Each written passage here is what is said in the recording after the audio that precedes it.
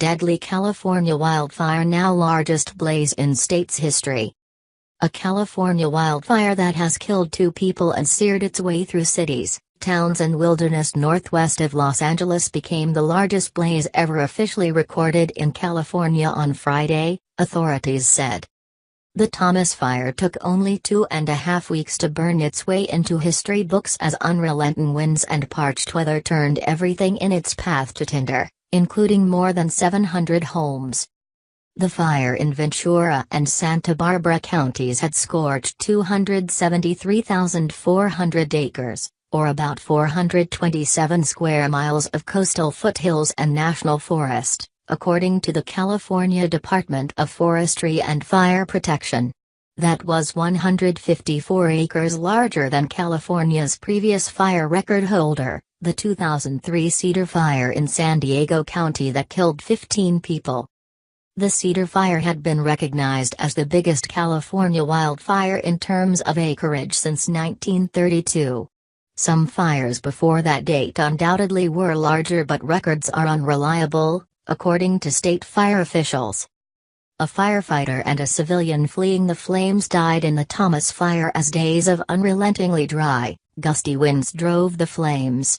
At times firefighters were forced to retreat to safe areas and simply wait for the flames to pass so they could attack them from the rear.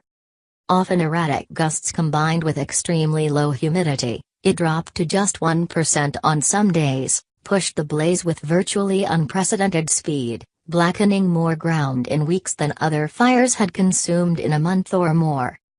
On Wednesday, as the fire continued to march north and west, Santa Barbara County Fire Captain David Zaniboni was awed by the speed of its growth.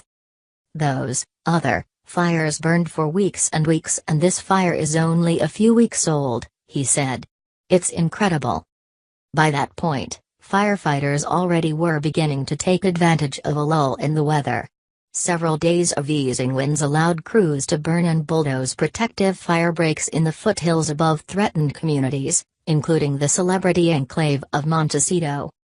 By Thursday, most of the southern end of the fire also was surrounded and the last mandatory evacuation orders were called off.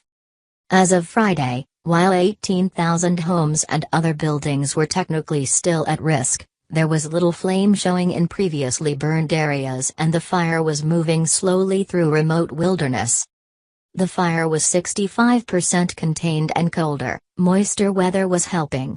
Although some 50-mile-per-hour winds gusts were recorded, it produced no remarkable fire activity near Montecito or other areas, according to a state fire report.